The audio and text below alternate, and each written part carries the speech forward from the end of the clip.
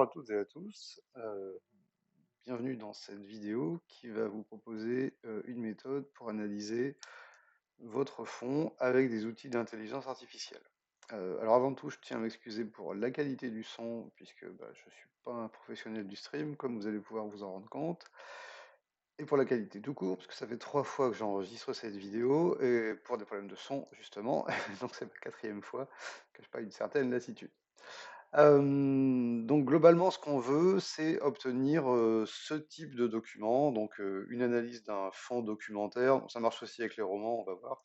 Et là, c'est adulte, 2024, mais bon, ça marcherait forcément pour tous les ans, pour tous les types de fonds.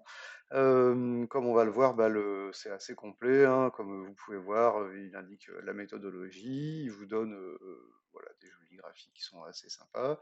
On aura l'occasion d'en reparler, mais les êtres humains, on n'est globalement pas vraiment fait pour comprendre des grosses sommes de chiffres. On est quand même des espèces qui sont plus visuelles que Excel, disons ça comme ça.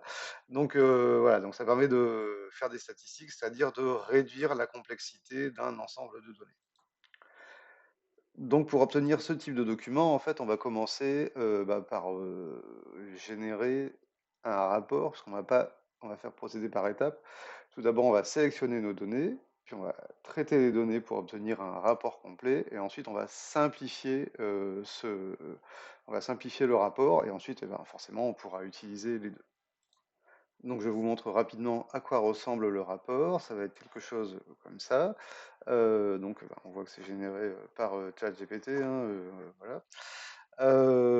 Donc ici, on voit qu'on a un rapport de 17 pages. C'est sur un rapport de roman adulte pour des fonds documentaires, du coup, sur celui ici. Donc là, je suis monté jusqu'à 37 pages. Pour des gros fonds, je suis déjà monté jusqu'à 80 pages avec des trucs qui étaient multisites. Ça marche bien aussi. Après, c'est un peu plus compliqué pour qu'ils comprennent bien exactement ce qu'on veut et même pour soi-même, pour mettre en relation les données des différents sites. Donc, de quelles données on parle? On parle de deux types de données. Alors, en gros, quand on veut faire de l'analyse du traitement de données, en fait, on va partir d'une base de données et on va mettre en regard différentes bases de données. C'est-à-dire que si vous avez juste un truc avec des données brutes, c'est-à-dire que par exemple juste sur le fond, là, vous pouvez faire des statistiques dessus, vous pouvez faire du traitement de l'analyse dessus, mais ça va pas être très intéressant. Alors, enfin, ça sera intéressant, mais bon, on peut faire mieux que ça. Et du coup, en fait, on va vouloir mettre en regard, là, typiquement, des fonds, un stock et un flux. Donc, un stock, c'est quoi? C'est ce que vous avez sous les yeux. Donc là, c'est l'intégralité des documents d'un fonds documentaire classé en Dewey, classé par cote. Il y en a à peu près 8200 documents dans ce fonds-là. Alors, donc si vous voulez faire ce type d'analyse, on va voir en fait, donc j'ai mis les titres, les codes barres et la cote. En fait, juste avec la cote, ça suffirait parce que le fond est relativement important, donc les titres individuels sont pas très très importants. Le fond, à la limite, c'est le plus facile à avoir. C'est-à-dire que ça, de votre SIGB, vous aurez aucun mal à l'extraire. Puis globalement, c'est quelque chose que vous connaissez bien, parce que bêtement, votre fond, vous pouvez aller vous balader dedans et vous avez une bonne idée de ce que c'est. Vous avez une bonne idée de si votre fond, il a un gros fond, enfin comment dire, une grosse section art, architecture, ou si vous êtes plutôt axé sport, si vous avez énormément de cuisine. Enfin voilà, globalement, votre fond, en théorie, vous le connaissez bien, et donc c'est là que c'est là que l'analyse vous apportera le moins de choses. Par contre, pour les flux, c'est un peu plus tricky, on va dire. Donc ici, j'ai l'intégralité des pré-documentaires de ce même fonds sur l'année 2024. Alors, donc on voit que là, par exemple, hein, j'ai tous les prêts faits sur le 2 janvier. Bon, on voit qu'il n'y a pas grand monde qui est venu le 2 janvier. Le 3 janvier, on voit qu'il y a tout de suite beaucoup plus de monde. Donc, les flux, c'est un peu plus compliqué. Pourquoi? Parce que ce qui sort et ce qui rentre, le premier truc, c'est que globalement, c'est pas vous qui faites tout, enfin, sauf si vous êtes vraiment dans une toute petite structure. Généralement, vous n'êtes pas là tout le temps pour voir ce qui sort et pour voir ce qui rentre. et on est assez biaisé, les êtres humains, dans le sens où on est très très sujet à ce qu'on s'appelle le biais de confirmation. Ce qui fait que quand vous allez avoir quelque chose, quand vous allez être à peu près persuadé que, par exemple, je sais pas, vous êtes persuadé que les langues, ça marche pas bien, et ben, chaque fois que vous allez voir sortir un document, vous allez vous dire, ah bah oui, bon, bah effectivement, bah tiens, pour une fois, il y en a un qui rentre. Alors que si vous êtes sûr que le sport, ça marche très bien, chaque fois que vous allez en voir un sortir ou rentrer, vous allez dire, ah bah oui, bah voilà, j'avais bien raison, la preuve, en voilà encore un qui sort. Donc c'est pour ça qu'on fait des stats et l'analyse de données, parce que bah, là, c'est bête, froid et mathématique, on n'est pas ça permet de réduire un biais individuel. Je m'attarde un petit peu sur ce document pour vous dire aussi que quand vous allez faire ce genre de choses, alors que ce soit pour les fonds ou pour les flux, il faudra nettoyer vos données. Pourquoi? Parce que vous pouvez avoir des choses qui sont un peu bizarres dans votre fond. Par exemple, ce truc-là, capital et idéologie, etc., il apparaît dans les documentaires, mais en fait, c'est une BD. On voit un BD-A comme BD adulte. Le souci, c'est que, on peut tout à fait le mettre dans les documentaires, hein, il y a ça sur le fond, il n'y a pas de problème. Par contre, sa cote, bah, elle est uniquement alphabétique, elle n'est pas alphanumérique. J'ai pas de Dewey à l'intérieur. Et moi, en fait, comme la quasi-totalité hein, de mes documents, tiens, j'ai encore une BD qui traîne, là. Comme la quasi-totalité de mes documents sont en Dewey, en fait, je vais lui demander de faire l'analyse sur la Dewey. Normal, hein, parce que bah, c'est l'immense majorité de mon truc. Donc c'est pour ça que je vais faire ça. Donc par exemple là, bah, si je voulais enlever ce genre de choses, ce que je pourrais faire, c'est faire un tri croissant. Hop, voilà. Et là, je vois que, bah, par exemple, ici, j'en ai deux qui n'ont pas de cote. Bah, ces deux-là, il faudrait que je les enlève parce que moi, je vais me baser sur les cotes. Et si je vais tout en bas, voilà, désolé pour le truc, je vois que voilà, j'ai tout un tas de BD qui sont là et qui ne devraient pas y être parce que pour moi, c'est pas ce que je veux. Et j'ai aussi un type de documentaire, un autre type de documentaire, j'ai des romans. Voilà. Donc tout ça, en fait, il faut les enlever parce que ben, ça va faire de la scorie et le chatbot qu'on va utiliser, il va avoir du mal à comprendre. En fait, ça veut dire faire, en gros, il va écrire du code pour traiter des données et si ça rentre pas dedans, ça va lui faire des erreurs et il risque de s'en mêler les pinceaux. Donc, et puis bah, normalement, ces trucs-là ne sont pas censés être dans votre fond. Donc en fait, du coup, bah, on va les enlever manuellement, hein. C'est-à-dire qu'en gros, on va faire, hop, voilà, je prends tous ces trucs-là, hop, hop, hop, hop, hop, et puis bah, on les enlève hein, tout simplement, on fait un enregistré sous, et voilà. Normalement, on a un fichier Excel, vous êtes à peu près au point, on va pas détailler, c'est pas le but de la vidéo. Une fois qu'on a ça, on va donner nos données à un chatbot. Bah, là, en fait, on va utiliser ChatGPT tout simplement. Alors, un ChatGPT, vous pouvez lui donner vos fichiers, voilà, faire des glisser-déposer comme ça, ajouter photos et des dossiers. Je vais aller sur mon bureau. Voilà, donc moi j'ai ma liste des exemplaires, les prêts de documentaires. Hop là, j'ai un petit bug lié au fait que j'enregistre. Hop. Voilà, donc là j'upload mes trucs et je pourrais lui dire, ben vas-y, analyse-moi les dossiers. Alors en fait, ça pourrait marcher, si vous le faites, ça marchera sans doute, il vous pondra quelque chose, mais nous ce qu'on veut, c'est une analyse en profondeur, une analyse en détail. Et pour ça, il va falloir lui demander de faire un peu plus que ce qu'il peut faire de base, et pour ça, on va utiliser un outil qui s'appelle Deep Research. Deep Research, c'est ça. Là, mon truc est en anglais. Alors, je ne sais, peut-être qu'en français, ça s'appelle peut-être recherche approfondie ou recherche profonde. Voilà, selon les bots que vous utilisez, vous allez pouvoir tomber sur ces trucs-là. En gros, c'est une option qui permet de faire une analyse en profondeur. Vous avez à peu près la même chose dans Perplexity, dans Gemini, dans Google a ça aussi. Ça marche moins bien. J'ai pas connaissance de trucs aussi performants sur des modèles chinois. Mistral en a un qui marche bien, qui marche à peu près aussi bien que la version gratuite dans ChatGPT. Deep Research, c'est, à ma connaissance, enfin, de ce que j'ai testé, pour ce genre d'analyse de données, ça marche le mieux dans ChatGPT et dans la version payante Pourquoi? Parce que dans la version payante, Deep Research et comment dire, enfin le moteur qui tourne derrière le modèle, c'est O3. Alors, là on est le 30 août. Peut-être que quand vous regarderez cette vidéo, ça sera passé à GPT-5, mais pour l'instant c'est O3. Et quand vous êtes en version gratuite, c'est O4 mini qui fait le café aussi, hein, ça fait le taf, mais il a tendance à faire des trucs un peu plus feignants, il rédige moins, il s'arrête, il fait moins de choses. Bon, enfin c'est pas mal, c'est mieux que ce que vous avez, de toute façon, parce qu'avant vous n'en aviez pas. Mais c'est pas, voilà. Si vous avez l'occasion d'avoir quelqu'un qui a un compte payant et lui demander de faire avec son compte payant, ça peut être pas mal si vous avez beaucoup de documents, plus de 3 4 000. C'est pas tellement en fait le nombre de documents que le nombre de segmentation du fond, comme on va voir. Bref, donc après ce petit pas de côté pour parler des différents modèles, donc l'option qu'on va utiliser, c'est Deep Research. Alors, Deep Research, en gros, il va pouvoir écrire du code, faire des recherches sur Internet, et c'est un modèle qui est asynchrone. C'est-à-dire que c'est pas, vous avez posé une question, il vous répond dans la foulée. Lui, en fait, vous lui donnez une tâche, un ensemble de documents, une tâche, et en fait, il va aller bosser de son côté, et il reviendra quand il aura fini, en gros. Pour la version payante, Heu, il va prendre son temps pour vraiment creuser et cetera, donc il va partir jusqu'à 20 minutes, une demi-heure, donc c'est bon, voilà, vous pouvez lancer ça avant d'aller manger, puis vous avez les résultats quand vous revenez. Pour la version gratuite, c'est plus court, ça va durer, 5-10 minutes, bon, voilà, vous pouvez le lancer quand vous allez manger quand même. De toute façon, ça sert à rien de rester devant, il fait tout seul.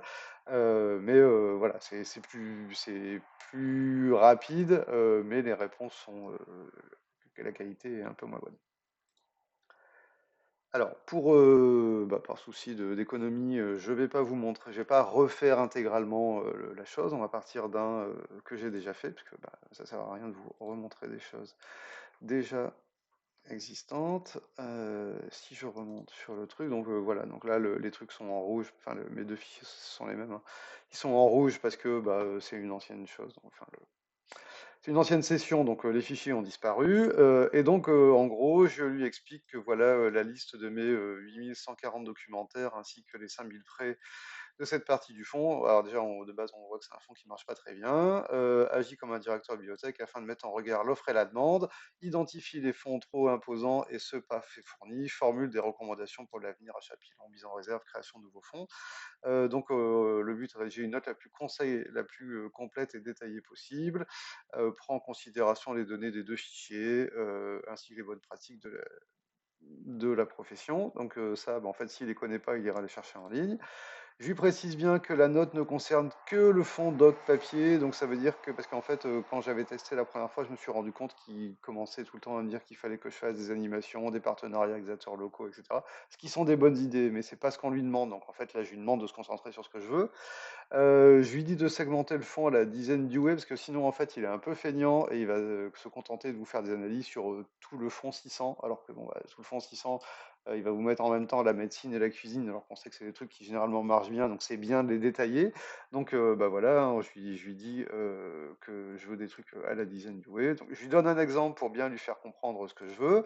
Et s'il y a certains segments où il y a très très peu de documents, et ben en fait, je lui dis concatène avec les suivants pour avoir un ensemble de 50 documents. Et par contre, il faut qu'il s'arrête. Enfin, il ne va pas mettre ensemble des choux et des lapins, hein. Je lui dis ne joins pas 790 et 800, mais tu peux joindre 800 et 810. Traite le sport comme un fond à part des arbres. Bon, ça c'est dû à, à la façon dont le fond est fait, hein. Il faut quand même connaître un petit peu ce qu'on fait. Plus on lui donne d'informations, mieux c'est. Et je lui dis qu'il y a certains documents qui sont de la cote BD et des romans, ignore-les. Ça, c'est si on n'a pas nettoyé son fond avant.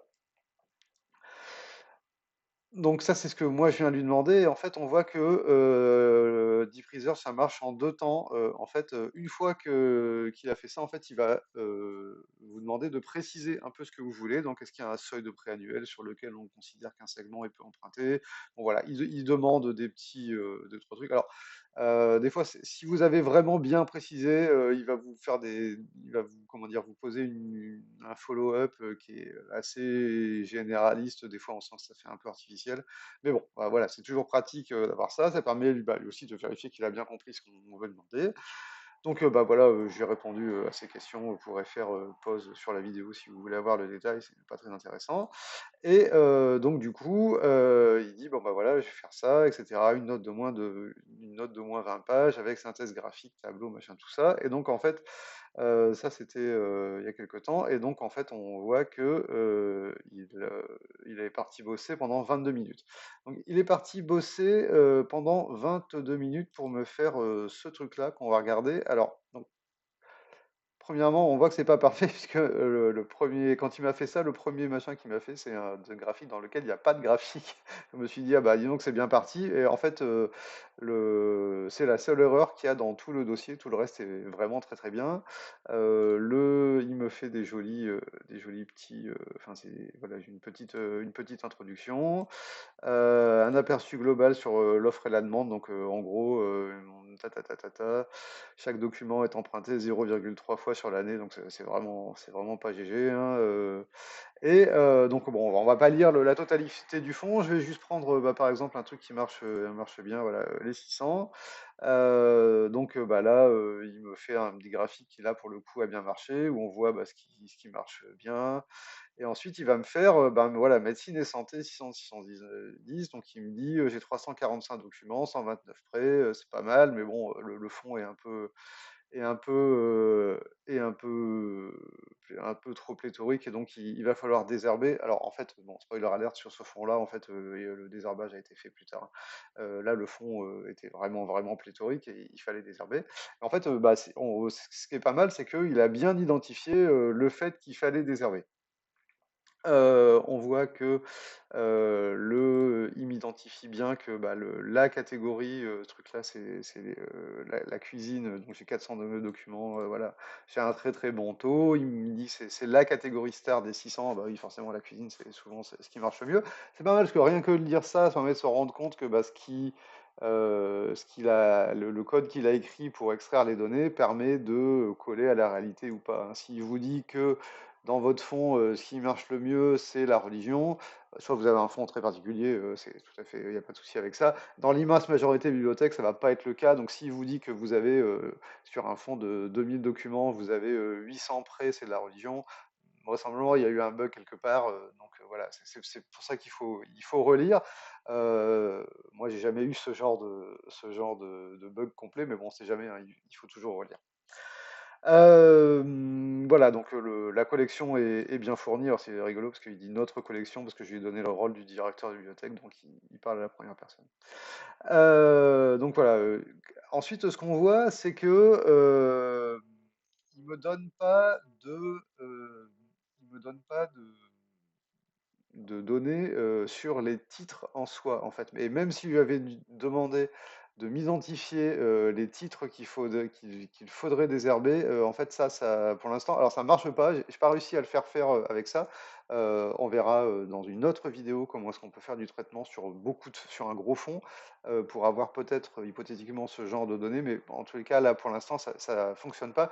Lui, comme je lui ai demandé de bosser sur des ensembles de codes, il n'a pas regardé les documents individuels. Il a vraiment regardé il a fait ce qu'on a demandé, il a regroupé les cotes et il regarde. Et donc, du coup, il fait de l'analyse du fond et pas de l'analyse un fond un peu virtuel, quoi. Il regarde que les cotes, il regarde l'ensemble il regarde le fond de loin, il fait pas une analyse fine document par document.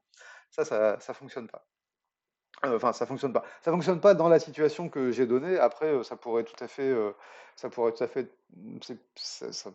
fait être possible, même si, comment dire, il va se baser sur votre fichier Excel qui vous donnera pas l'état physique des documents, ce qui est quand même qui est quand même quelque chose d'assez intéressant enfin une donnée intéressante quand on veut pilonner. Donc du coup, c'est assez complexe. Voilà. Bon, bref. Donc, en fait, on voit qu'il m'a fait ça sur l'intégralité du fond, hein, en 22 minutes. Ben, il me fait une analyse complète du fond, ce qui m'aurait pris des heures et des heures et des heures si j'avais dû faire à peu près la même chose. Et comme il a comme il a une bonne connaissance des bonnes pratiques de ces trucs-là, il me dit, hein, là par exemple, donc je suis descendu au 600, je suis donc 600 surdimensionné, sous-utilisé, tout ça en gras, donc il insiste bien le truc. Réduire le fond de 50% ou plus sans toucher au prêt tant il y a de redondance. Effectivement, en fait, il a bien identifié que le fond n'était pas du tout emprunté. Alors c'est marrant, c'est que là, du coup, il me donne une source, évaluation statistique des taux de rotation sur un blog qui s'appelle BCCCN, c'est un WordPress de 2008. Ok, bah oui, pourquoi pas, a priori c'est pertinent. Donc voilà, il y a peut-être un truc des valeurs patrimoniales, hein, comme ça, genre, des exemplaires de la Pléiade, un recueil précieux, ça en met en réserve, etc. Donc voilà, si vous vous retrouvez avec un fonds que vous maîtrisez pas, ça fait aussi une super porte d'entrée pour commencer à gérer votre fonds. Donc il me fait la même chose avec Histoire Géo, forcément, il m'a fait la totalité. Et à la toute fin, il y a les sources qu'il a utilisées. Donc a priori à la fin, il a fait un plan de désherbage complet. Euh, et donc avec voilà, le blog de l'Université de Poitiers qui en 2012 nous a fait un petit topo sur les taux de rotation. Alors, les carnets de notes de Bernard Callan, je ne connais pas du tout ce blog, mais bon, a priori, il parle de ça. On a également comme source l'ENSIB et Agorabib, qui sont enfin, l'ENSIB qui est abondamment cité. Bon, a priori, c'est plutôt pertinent. Les sources pertinentes, ça marche bien aussi si vous voulez le faire avec des romans adultes. Donc là, sur les romans adultes, j'ai fait ça une autre fois, enfin voilà, avec un fonds au roman. Donc là, j'ai 8633 titres et à peu près 20 000 emprunts. Donc on voit que là, par contre, le fond marche bien. Il me fait un petit topo sur l'analyse complète, enfin une introduction, machin, tout ça, analyse par genre de roman. Alors, parce que là, en fait, sur les romans, vous n'allez pas pouvoir sortir. Alors, ça, si vous le faites, mais généralement, vous n'allez pas, comment dire, le catalogage est un peu moins précis, mais vous allez quand même pouvoir lui demander de faire des choses comme, par exemple, sur l'ère culturelle de l'auteur, le genre, hein, si vous, voilà, normalement, vous faites au moins un genre si vous bien indiquez si c'est du polar ou de la romance. Donc ça, ce genre de choses, en fait, plus vous pouvez plus vous pouvez donner de clés d'entrée, plus lui, il pourra aller fouiller et vous dire ce qui marche bien, ce qui marche pas. Et sur celui-là, je lui ai demandé de me faire des suggestions d'acquisition pour 2025. Je lui ai demandé des titres un peu audacieux parce que, en fait, comme il est un petit peu feignant de base, si on lui demande, comment dire, si on ne demande pas bien, il va nous faire des trucs un peu bateaux, il va nous sortir que des blockbusters, enfin des trucs, voilà, il ira pas chercher sur des trucs un peu niches. Donc c'est bien de lui demander des trucs, voilà, qui soient qui sortent un petit peu des sentiers battus. Et du coup, en fait, ce que je lui ai demandé, c'est de me dire, bah, identifie ce qui marche bien, peut-être des choses qui marchent bien et dans lesquelles mon fond est pas assez pourvu, et va me chercher des titres. Et donc, du coup, j'en ai demandé 50, il m'en a donné 50. Et comme je lui ai demandé de se baser sur des blogs, des vidéos, des sites pro, etc. Et ben, du coup, en fait, chaque titre est référencé avec un lien qui permet de vérifier si le titre existe. Donc, par exemple, là, sur les 50, j'ai pas une seule hallucination. Donc, en fait, sur ces 50 documents, c'est 50 documents existants et qui sont tous référencés avec un petit blabla introductif et tout ça. Quand on veut tester pour voir, je me suis dit, bah, alors il y en a quand même un une fois où il m'a dit, bah tiens, ça c'est un document qui est fictif. Alors ça c'est rigolo parce qu'il me dit, donc pour les web novels chinois, je ne connaissais pas du tout. Il me dit les chemins de poussière Moa et il m'indique bien que là c'est un titre fictif et par contre il m'indique une autrice qui est chinoise qui est en train de conquérir le monde avec ses séries de Tiantia, je suis désolé pour la prononciation, très populaire en France chez les jeunes adultes. Ok, je connaissais pas du tout. Donc la suite de Grand Maître des démons. Et en fait, c'est rigolo, c'est que quand je suis allé regarder le titre là sur Orb, eh ben il existe vraiment. Alors il s'appelle pas Grand Maître des démons, mais c'est très très proche. Et du coup, en fait, il a, il a bien identifié que ça existait. Et là, par contre, en fait, comme il y a pas de, encore de, il n'a pas trouvé de blog qui en parlait, donc il me le référence pas directement, mais j'ai trouvé l'autrice sur Orb et le grand maître des démons. Alors le titre, c'est pas exactement ça, mais ça ressemble beaucoup. Donc c'est vraiment très très très pertinent pour faire de la veille. Si voilà, si une fois de plus vous cherchez un fond sur lequel vous venez d'arriver que vous connaissez pas forcément, si vous voulez avoir une base actuelle pour trouver quelque chose, ben, ça marche très très bien. Alors, c'est le moi du futur qui parle, puisqu'à partir de maintenant, j'ai eu un problème de son et que donc je reprends les 5 dernières minutes de la vidéo. Donc je suis revenu sur le document, et donc pour vous montrer qu'en fait, une fois que le rapport est fait, eh ben, on peut l'exporter. Donc en cliquant sur la petite flèche qui est là, donc on peut soit créer un lien de partage. Alors pour les liens de partage, il faut faire attention parce qu'ils sont référencés sur Google dans certaines conditions. Alors là, du coup, c'est pas le cas hein, forcément, mais si par hasard vous avez traité des données personnelles à l'intérieur, ce que vous ne devriez probablement pas faire dans ChatGPT, parce que sa relation avec le RGPD est complexe, disons. Voilà, donc enfin, quand les liens sont partageables, ils sont référencés sur Google, donc bon, évitez de le faire. Mais vous pouvez donc aussi du coup le télécharger, soit sous forme de PDF, voilà, enfin, là, je vais pas le faire, hein, mais, soit sous forme de docx qui est éditable. Et donc par exemple en docx, ça m'aurait permis d'enlever le petit aperçu global tout blanc qui est là. Hein, on voit qu'il y a eu je sais pas très bien ce qu'il s'est planté dans son code, et donc du coup c'est tout blanc. Voilà, mais donc du coup on peut le télécharger en PDF. On peut le télécharger en PDF et donc ce qu'on voulait en faire, hein, rappelons-nous du plan du début, c'était d'en faire une jolie présentation. Et pour ça, alors si vous avez la version payante de ChatGPT, une des solutions c'est d'utiliser l'agent qui est ici, le mode, hop, ce truc-là, voilà, le mode agent, qui peut vous créer une jolie présentation qui est pas mal, c'est honnête, voilà, c'est pas mal. C'est très lent. Mais c'est possible. Une autre façon plus rapide et gratuite, pour le coup, je pense que ça intéressera un peu plus de monde, c'est d'utiliser Z.ai, Z.ai, donc qui est un modèle chinois de mémoire, et donc notamment leur modèle GLM 4.5, qui est équipé de cette petite fonctionnalité là, slide, et que donc en fait la spécialité est de créer des slides, comme son nom l'indique. Donc pour ça, on clique sur sur le petit slide, on va lui ajouter notre fichier. Alors, hop, j'ai mon fichier d'analyse qui est là. Et donc comme d'habitude, on va pas le faire parce que je l'ai déjà fait. Je vais vous montrer ici donc, comment ça fonctionne. Voilà, donc j'avais donné mon rapport d'analyse et je lui ai dit créer une présentation complète et élégante. Bon, enfin voilà, il y a un minimum de prompt engineering comme d'habitude, mais de toute façon là c'est gratuit, vous pouvez y aller, vous verrez. Voilà, il est comme d'habitude un peu feignant, donc faut pas hésiter à préciser son minimum de slides. Donc là de toute façon le rapport il fait quasiment 40 pages.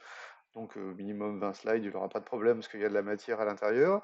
Faut pas hésiter à lui donner, à lui spécifier une charte graphique. Alors j'ai vu aussi des cas où on lui donnait un autre PowerPoint à titre d'exemple. Alors j'avais testé, il a un peu de mal à les voir. Je sais pas exactement, je pense qu'il n'est pas, enfin le langage vision est pas, enfin le modèle de vision doit pas vraiment être couplé parce que je j'ai pas vu des résultats c'était pas très pertinent. Donc voilà. Et là, du coup, je lui dis ne mentionne pas le nom de l'établissement parce que c'est un établissement qui existe dont on ne mentionnera pas. Et donc du coup, en fait, voilà, il me fait 20 slides les unes à côté des autres. Donc c'est le même fichier que je vous ai présenté au début et que j'essaierai de lier dans l'article. Donc enfin dans le billet, je vais pas vous le détailler plus que ça. Donc ce qui est intéressant, c'est que des fois, voyez, il va mettre une image, donc en fait, il va chercher une image en ligne et il la met. Donc là, l'image en question, elle a absolument rien à voir avec le schmilblick, mais cela étant, on peut cliquer sur Edit ici, ou encore mieux là sur le code HTML, et en fait on doit pouvoir trouver ici voilà, la source de l'image qui est là, et donc modifier directement. Pour modifier directement, on a donc deux façons de faire.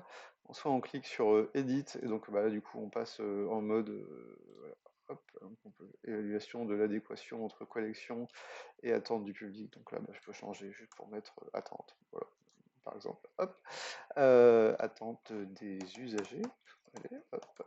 Soyons corporate. Ou sinon, on peut lui dire, ici, il y a un petit champ, et donc, alors, j'ai sauvegardé celui-là. Hop, voilà. Si, Bloom, je vais dire, ben, par exemple, ici, voilà, edit.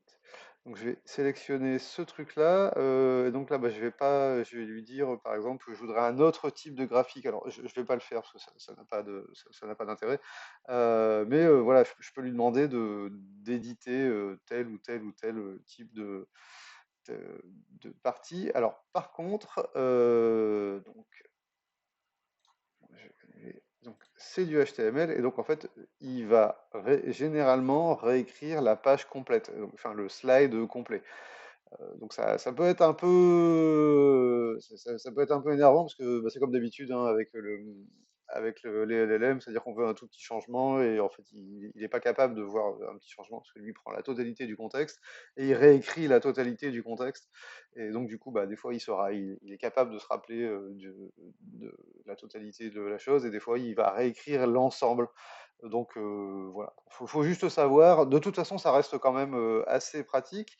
Et de toute façon, ensuite, bah, vous pouvez le télécharger. Donc pour télécharger, il faut cliquer. Alors vous avez le petit ici là, vous pouvez en faire un petit slide direct. Donc comme ça. Si vous voulez pas le télécharger et si ça vous suffit comme ça, ben voilà, là vous avez votre petite présentation animée basique. Voilà. Donc c'est bah, voilà, ça suffit. Et sinon, si vous voulez les partager, bah, donc, bah, vous avez la possibilité de partager directement sur Twitter, enfin X, si ça vous plaît, pourquoi pas. Bon, c'était surtout un moyen pour eux de se faire de la pub, hein.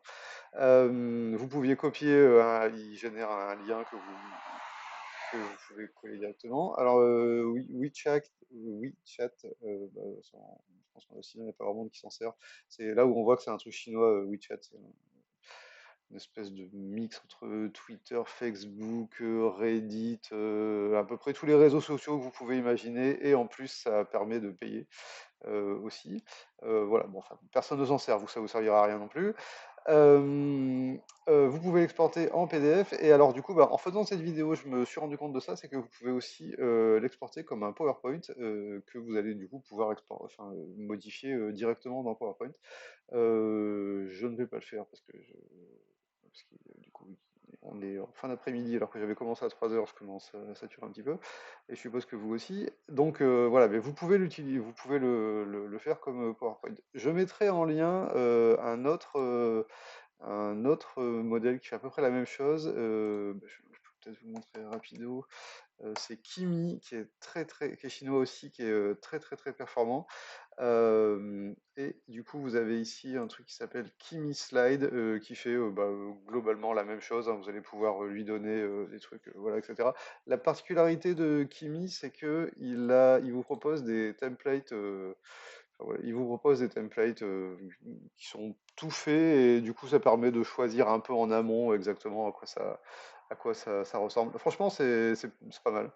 Euh, voilà, du coup, c'est pareil. Après, vous pouvez l'exporter en PowerPoint aussi.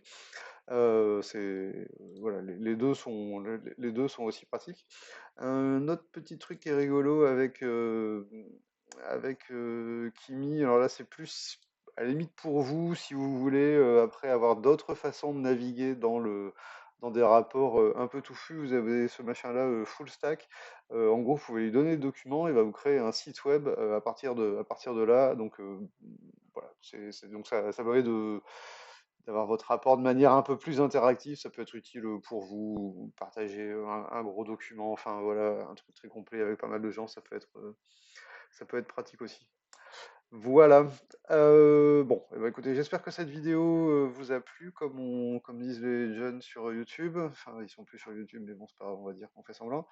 La prochaine fois, on verra comment est-ce qu'on fait une bibliographie sur 20 000 documents en 2 minutes, même sur un sujet sur lequel on ne connaît rien, en utilisant des modèles gratuits, comme d'habitude, hein, parce que le but est quand même de payer le moins possible, puisque comme toute bonne structure publique, je rappelle qu'on n'a pas d'argent.